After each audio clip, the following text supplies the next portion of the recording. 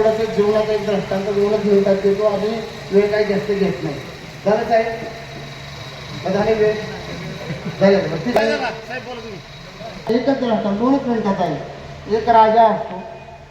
राजा सर्व झाल्याच्या नंतर राज्यकारभार सोडतो. दशरथ राजाकडे प्रभू रामचंद्राला गादी द्यायची तसं, आणि मुलाच्या ताब्यात गादी दिल्यानंतर तो म्हणतो त्याला आता जंगलामध्ये फेरफटका मारायला जाऊ. सैन्य असतं, पण एका नदीच्या तीरावरती गेल्यावर दोन रस्ते फुटतात. एका बाजूने सैन्य, एका बाजूने राजा जातो. आणि राजा गेल्याच्या नंतर जंगलात जातो राजा. 1-1.5 वाजता खूप ताण लागते. पाणी पुढे मिळत नाही, प्रधान नाही, सैन्य नाही. मग तो शोधत असतो पाणी. त्याला एक झोपडी दिसते. त्या झोपडीच्या दिशेने जातो आणि हाक मारतो, कोण आहे या झोपडीत? तर त्या झोपडीमध्ये एक लोहार राहतो. तो लोहार जेवण करत असतो. राजाला तहान लागल्यामुळे तो बाहेर येतो आणि पाणी मागतो. आणि पाणी एक तांबर द्या म्हणून तो राजाला तांबर पाणी देतो. आणि राजा विचारतो, तू ह्या जंगलात काय करतो? मी माझ्या कुटुंबाचा उदरनिर्वाह करण्यासाठी जंगलातली लाकडं तोडतो आणि त्याचा बाजारामध्ये जाऊन कोळसे करून विकतो. राजा म्हणला, ठीक आहे, तुम्हाला तांबर पाणी दिलेच ना, तुझ्या कुटुंबाचं तुला ह्या ठिकाणी उदरनिर्वाह करायचा आहे. ही सगळी जंगल माझं आहे, मी मालक आहे. 5 एकराची चंदनाची बाग तुला देतो. ते चंदन तोड बाजारात ने आणि तू चांगला महाल बांध. राजा निघून जातो आणि काही काळ गेल्यानंतर 4 वर्षांनी परत येतो. त्याला म्हणतो, या लोहाराने मोठा आता चंदन विकून महाल बांधला असेल. तर त्या ठिकाणी आल्याच्या नंतर झोपडी तशीच असते. बरं, राजा हाक मारतो, कोण आहे झोपडीत? तो लोहार बाहेर येतो. म्हणतो, कोण?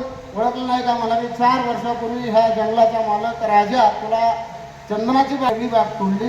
मग म्हणले, तू महाल नाही मानला. मग म्हणले, किती झाडं राहिल्यात? म्हणजे 4-2 झाडं राहिल्यात. मग त्यातले 2 झाडं घेतली, बाजारात गेले. एका झाडाची किंमत 10-20 हजार झाली. तर त्याला विचारलं, तू? त्यांनी सांगितलं, मी ह्या चंदनाची कोळशी केली आणि बाजारात घेऊन विकले.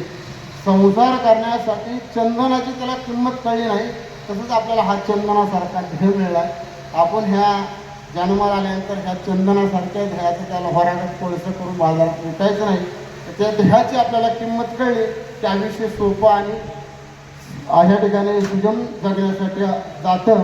असो, ह्या ठिकाणी तुम्ही सर्वांनी वेळ दिला. मी धावता तुम्हाला दृष्टांत सांगितला, त्याला तुम्ही ऐकून घेतला. मला बोलवलं ह्या ठिकाणी, आमचे आबा, आम्ही आलो. सर्व तुमच्या कंपनीच्या स्टॉफनी आम्हाला ह्या ठिकाणी संधी दिली. आमचे किशोर भाऊ असतील, त्या ठिकाणी सगळीच मंडळी ह्या ठिकाणी जवळजवळ तालुक्यातली ओळखीची आहेत. असो, सर्वांना ह्या ठिकाणी धन्यवाद देतो. तुमची चाललेल्या कंपनीची भरभराट हो.